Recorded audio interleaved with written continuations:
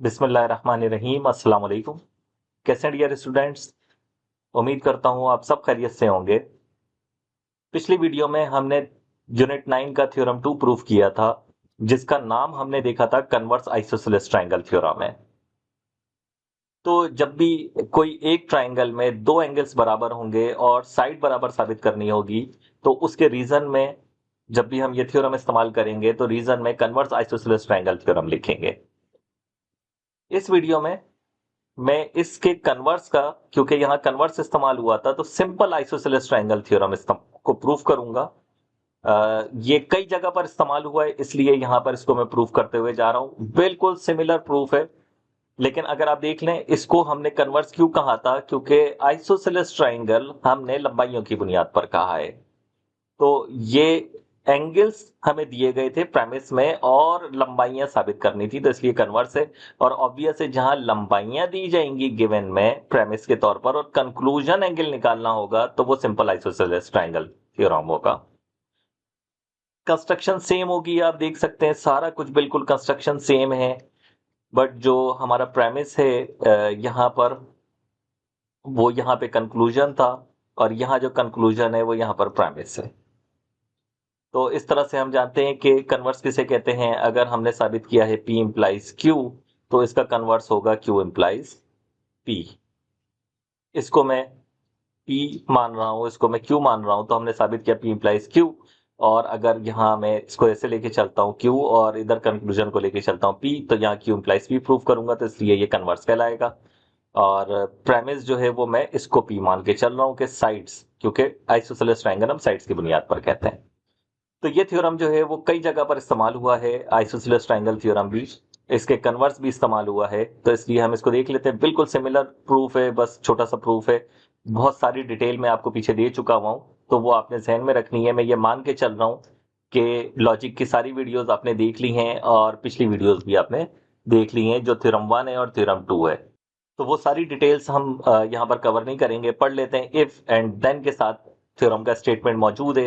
If में premise है कि if two sides of a triangle, एक ट्राइंगल में आ लिखा हुआ है कि एक ट्राइंगल में अगर दो साइड्स आर कॉन्ग्रुएंट बराबर हैं, तो ये प्रेमिस हम लिख लेते हैं। गिवन की हेडिंग में लिखते हैं प्रेमिस। एक ट्राइंगल हमें दिया गया है, मैंने ट्राइंगल ए बी सी लिया है। इस ट्राइंगल के अंदर we have two sides congruent. तो एक ही ट्राइंगल में दो साइड्स कॉन्ग्रुएंट हैं। मैंने यहाँ पर टिक मार्क लगा दिए हैं कि ए बी और सी ए मैंने कॉन्ग्रुएंट ले ली है। आप कोई सी भी दो साइड्स कॉन्ग्रुएंट ले सकते हैं।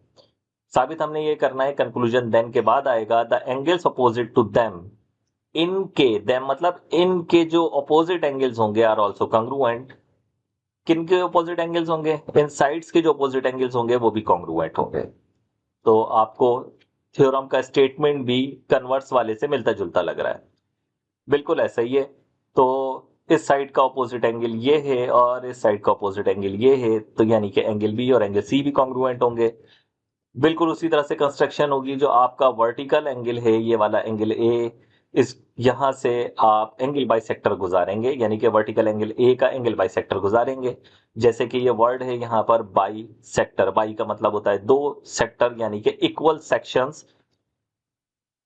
यानी कि इक्वल सेक्शंस बनाने हैं, इक्वल हिस्सों में तोड़ना है, यानी इस एंगल ए को दो बराबर एक जैसे हिस्सों में तोड़ना है।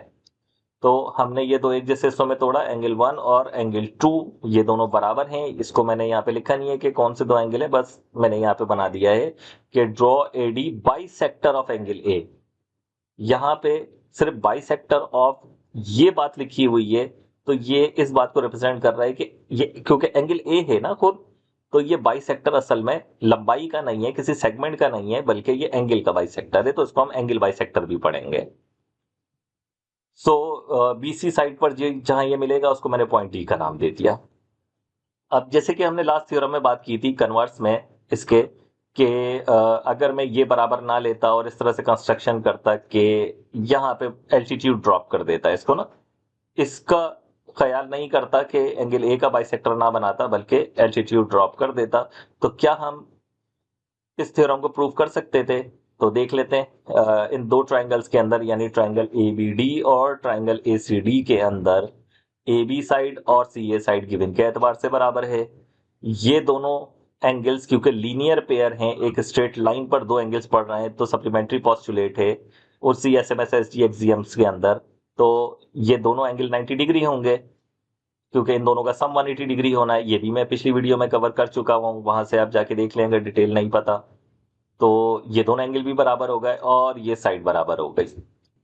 तो यहाँ पर साइड एंगल साइड नहीं लगेगा, क्यों? क्योंकि देखें साइड यहाँ पर मौजूद है और दूसरी साइड यहाँ पर मौजूद है, तो ये तो बन रहा है साइड साइड एंगल।